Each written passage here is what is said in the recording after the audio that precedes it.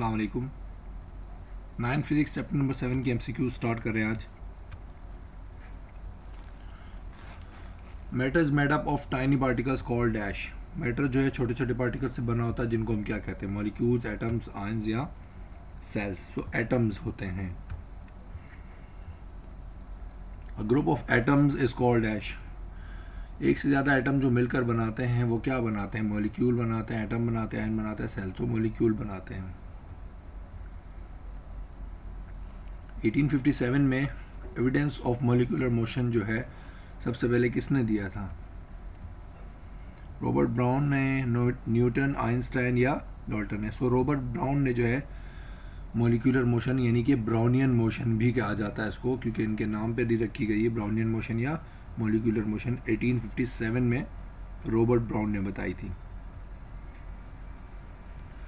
एक ऑब्जेक्ट है जिसके पार्टिकल्स काफ़ी क्लोज हैं और वाइब्रेटिंग हैं, ये किसको बताते हैं? सॉलिड को, लिक्विड को, गैस को या टाइम को? सो याद रहे सॉलिड की डेफिनेशन है, यानी सॉलिड की कैरेक्टरिस्टिक्स आप जब पढ़ेंगे प्रॉपर्टीज़। फिर कहता है the molecules of dash are usually arrange in a regular pattern called lattice. Lattice एक खास पैटर्न होता है जो सॉलिड्स के अंदर होता है।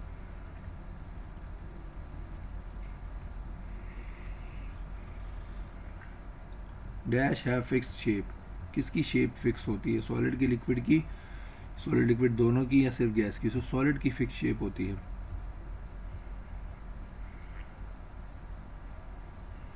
को बताना है कौन सी स्टेट है मैटर की जिसमें मॉलिक्यूल्स की जो एनर्जी होती है वो बहुत लो होती है। एक्सट्रीमली लोएस्ट एनर्जी जो होती है मॉलिक्यूल्स की कौन सी स्टेट में होती है? सॉलिड, लिक्विड, गैस में या किसी में भी नहीं? सो याद रहे सॉलिड्स के अंदर बहुत ही लो होती है। आपको बताना हाई डेंसिटी किस स्टेट की होती है? सो सॉलिड्स की जो है डेंसिटी बहुत हाई होती है। फिर आपको बताना dash have not fixed shape and fixed volume. तो ये बताना है लिक्विड, सॉलिड, गैस या दोनों। सो लिक्विड्स होते हैं।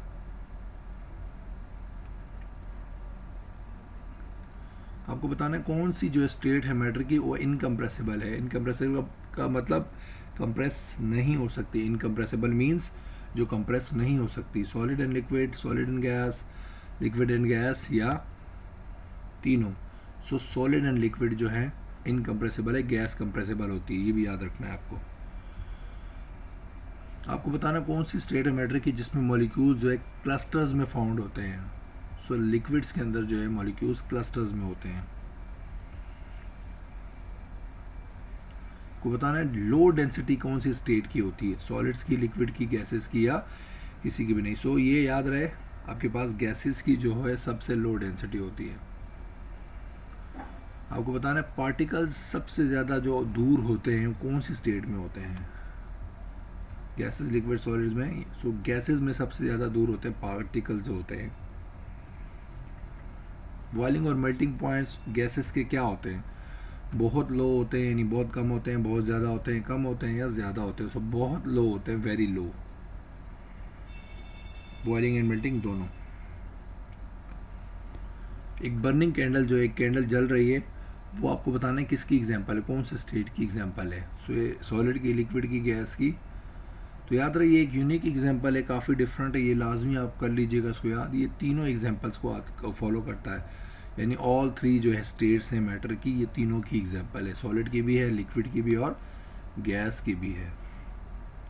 क्योंकि सॉलिड फॉर्म में होता है, फिर वो लिक्विड में आता है, फिर वो गैसेस फॉर्म में कन्वर्ट हो जाता है। सो एक ख़ास एग्जांपल है, आपको लाजमी याद रखनी है। तीनों जो स्टेट्स होती हैं। आपको बताना कौन सा प्रोसेस है जिसमें जो है एक गैस जो है लिक्विड बन जाता है? फ्रीजिंग, कंडेंसिंग, मेल्टिंग या बॉइलिंग? कंडेंसिंग जो है ऐसा प्रोसेस है जिसमें गैस लिक्विड बन जाती है।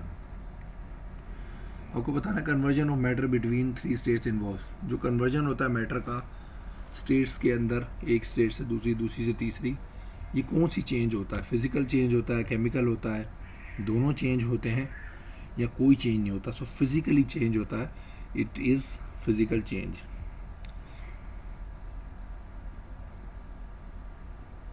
आपको बताना है मॉलिक्यूल्स को क्या होगा गैस के अगर एक गैस को आप कंटेनर में रख दें जिसका फिक्स वॉल्यूम है और उसको हीट करें, तो मॉलिक्यूल स्लो मूव करेंगे, तेज मूव करेंगे, सेम स्पीड से मूव करेंगे या रुक जाएंगे? सो याद रहे फास्ट करेंगे, उनकी काइनेटिक एनर्जी बढ़ जाती है। When the gas changes to the liquid molecules move, जब गैस लिक्विड में चेंज होती है तो जो मॉलिक्यूल्स होते हैं मूव करते हैं कैसे? Dash and dash energy. So आपके पास ऑप्शन है, मॉलिक्यूल्स मूव होते हैं क्लोजर और गेन करते हैं एनर्जी, या मॉलिक्यूल मूव करते हैं क्लोजर और लॉस करते हैं एनर्जी, अपार्ट हो जाते हैं, दूर हो जाते हैं और गेन करते हैं एनर्जी, या अपार्ट होते हैं और लॉस करते हैं एनर्जी। तो ये ऑप्शन बी है इसका राइट आंसर, कि मूव करते हैं क्लोजर और लूज करते हैं अपनी एनर्जी। ठीक है, सो लूज करेंगे एनर्जी और क्लोजर हो जाएंगे। By dash of certain amount of energy state of matter can be change.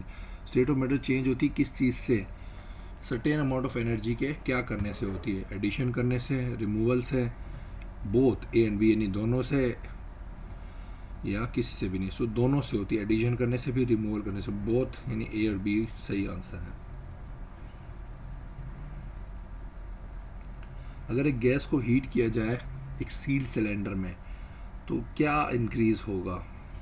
इसका प्रेशर, टेम्परेचर, काइनेटिक एनर्जी, या ऑल ऑफ देम। सो याद रहे सारी की सारी चीज़ें बढ़ जाती हैं अगर किसी गैस को हम हीट करते हैं एक सील्ड सिलेंडर के अंदर, तो ये सारी चीज़ें क्या हो जाएंगी? उसकी इंक्रीज हो जाएंगी, all of them. Dash is responsible for the different states of matter as well as for the physical properties. किस चीज़ की वजह से डिफरेंट स्टेट्स ऑफ मैटर में जो है रिस्पॉन्सिबल, यानी किसी कौन सी चीज़ें रिस्पॉन्सिबल होती है डिफरेंट स्टेट्स ऑफ मैटर की और फिजिकल प्रॉपर्टीज़ की? Force between molecules, energy of molecules, shapes of molecules, या size of molecules. So force between जो मॉलिक्यूल्स है उससे बेसिकली पता चलता है स्टेट का। सॉलिड्स की अलग होती है, लिक्विड की अलग और गैसेस की अलग।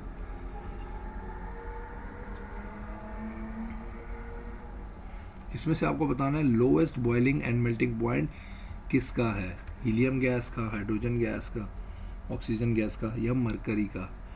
सो याद रहे हीलियम का जो है इन सब में lowest boiling and melting point है इन सब में। Dash is the only metal. आपको बताना है इनमें से सिर्फ एक ही ऐसा मेटल है जो सॉलिड नहीं है रूम टेम्परेचर पे। हीलियम, टंगस्टन, कॉपर या मरकरी। सो मरकरी वाहिद एक ऐसा आपके पास मेटल है जो सॉलिड नहीं होता रूम टेम्परेचर पे, वो लिक्विड बन जाता है। Boyle's law can be presented as, Boyle's law का फॉर्मूला बताना है, V is proportion to 1/P या P is proportion to 1/V, ये दोनों सही है, A और B, ये इनमें से कोई भी नहीं। सो याद रहे इसको इस तरह से भी, जनरली आपने इस तरह पढ़ा होगा लेकिन इसको इस तरह भी हम लिख सकते हैं। तो दोनों ऑप्शन सही हैं, A और B। कहता है अगर हम गैस को कंप्रेस करते हैं, सो कंप्रेस करने से क्या हो जाएगा? गैस कंप्रेस होगा तो उसका वॉल्यूम क्या हो जाएगा? कम हो जाएगा। याद रहे बॉयल्स लॉ में इन्वर्सली प्रोपोर्शन, यानी वॉल्यूम बढ़ेगा तो प्रेशर कम हो जाएगा, वॉल्यूम कम होगा तो प्रेशर बढ़ जाएगा। तो अगर कह रहा है कंप्रेस कर रहे हैं आप गैस को, इट मीन उसका वॉल्यूम क्या हो रहा है? कम हो रहा है, तो उसका प्रेशर क्या हो जाएगा? इन्वर्सली का मतलब उल्टा, अगर एक चीज़ बढ़ रही दूसरी चीज़ कम हो जाएगी। तो अगर आप गैस को कंप्रेस कर रहे हैं इसका मतलब उसका वॉल्यूम कम हो रहा है तो उसका प्रेशर बढ़ जाएगा, इंक्रीजेज।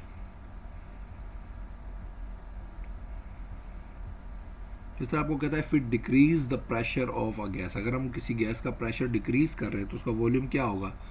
हमने अभी पढ़ा इन्वर्स रिलेशन है, एक चीज़ बढ़ेगी तो दूसरी कम हो जाएगी। तो यहाँ बात कर रहा है प्रेशर डिक्रीज होगा तो वॉल्यूम क्या हो जाएगा? बढ़ जाएगा, increases. For gas is compress to half, एक गैस को हमने इतना कंप्रेस किया कि वो हाफ हो गई इसके ओरिजिनल वॉल्यूम के, यानी जो उसका वॉल्यूम था वो आधा हो गया, तो उसका प्रेशर क्या होगा? सो याद रहे इन्वर्सली प्रोपोर्शन है, अगर एक आधा होगा तो 1/2 का उल्टा होता है 2। तो अगर एक चीज़ आधी है तो दूसरी क्या होती है? उसका उल्टा होता है डबल। ठीक है, एक होती है अगर 3 टाइम्स तो दूसरी होती है 1/3 टाइम्स, एक होती है 1/4 टाइम्स तो दूसरी होगी 4 टाइम्स। तो चूंकि आपको बता रहा है हाफ है वॉल्यूम, तो हाफ का मतलब हाफ का 1/2 का उल्टा होता है 2, 2 कहते हैं डबल्ड को। सो प्रेशर हो जाएगा डबल्ड। कहता है dash is determined by the average translational kinetic energy of the molecules of gas. आपको बताना है किस चीज़ से जो है average translational kinetic energy molecules की पता चलती है। डेंसिटी, प्रेशर, वॉल्यूम या टेम्परेचर, सो टेम्परेचर से पता चलती है। Drying of wet clothes and wet floor, जो ड्राई होता है वेट यानी गीले कपड़े और गीला जो फ्लोर है, गीला फर्श जो है, वो किस वजह से खुश्क होता है। ये एग्जांपल है किस चीज़ की, फ्रीजिंग की, मेल्टिंग की, कंडेंसेशन की या एवापोरेशन की। सो याद रहे एवापोरेशन की एग्जांपल है कपड़े जो सूखते हैं या फर्श जो खुद ब खुद सूखता है, वो एग्जांपल है एवापोरेशन की। अब एवापोरेशन है क्या? एवापोरेशन एक प्रोसेस है जिसमें एक लिक्विड क्या बन जाता है, एक गैस बन जाता है। कैसे? 100 डिग्री सेंटीग्रेड पर इक्वल टू बीपी। बीपी का मतलब होता है बॉइलिंग पॉइंट, ब्लड प्रेशर नहीं है, ये बॉइलिंग पॉइंट है। इक्वल बॉइलिंग पॉइंट या अबव बॉइलिंग पॉइंट या बिलो बॉइलिंग पॉइंट, यानी कि एक एवापोरेशन जो प्रोसेस है उसमें एक लिक्विड गैस बनता है। कब? 100 डिग्री पर बॉइलिंग पॉइंट के करीब, इक्वल या बॉइलिंग पॉइंट के अबव या बॉइलिंग पॉइंट के बिलो। सो याद रहे बिलो जो होता है बॉइलिंग पॉइंट के, ये एवापोरेशन का प्रोसेस इसमें होता है। एवापोरेशन को जो है हम हासिल कर सकते हैं, एवापोरेशन जो है किस सेंटीग्रेड पर, किस टेम्परेचर पर अकर होता है। हम किस तरीके से आप कह सकते हैं कौन सा ख़ास टेम्परेचर है जिस पर एवापोरेशन होती है, 0 degree centigrade, 50 degree centigrade, 100 degree centigrade या एनी टेम्परेचर। सो याद रहे एवापोरेशन जो है किसी भी टेम्परेचर पर हो सकता है, कभी भी अकर कर सकता है किसी भी टेम्परेचर पर। So any temperature. अभी कुछ कन्वर्जन है आपको याद रखनी है कि मेल्टिंग क्या होता है। सॉलिड से लिक्विड में जब कोई चीज़ कन्वर्ट होती है उसको हम कहते हैं मेल्टिंग। ये डेफिनेशन भी आप समझ लें कि सॉलिड से लिक्विड जब कोई चीज़ कन्वर्ट होती है उसको हम कहते हैं मेल्टिंग। इस तरह एक चीज़ होती है बॉइलिंग और एवापोरेशन, दोनों एक्चुअली लिक्विड टू गैस होता है, बट दोनों में फ़र्क होता है। बॉइलिंग का एक ख़ास टेम्परेचर होता है, एवापोरेशन के लिए कोई ख़ास टेम्परेचर नहीं होता। सो बॉइलिंग या एवापोरेशन किसे कहते हैं? अगर एक लिक्विड गैस में चेंज होता है उसको एवापोरेशन भी कह सकते हैं, बॉइलिंग भी। कंडेंसिंग क्या होता है या कंडेंसेशन? कंडेंसिंग समझ लेते हैं। कंडेंसिंग क्या होता है? जब एक गैस लिक्विड में चेंज होती है, ठीक है ना। ये जनरली रेफ्रिजरेटर हो गया, एसी वगैरह में कंडेंसेशन का प्रोसेस होता है। फ्रीजिंग क्या होता है आपको ये तो पता ही होगा, लिक्विड क्या बन जाता है, सॉलिड बन जाता है फ्रीज़र में आप चीज़ें जब रखते हैं। तो ये आपको लाजमी याद रखनी है, जो आपको कन्वर्जन भी बताई एमसीक्यूज़ के लिए, ये भी आप पढ़ लीजिएगा लाजमी।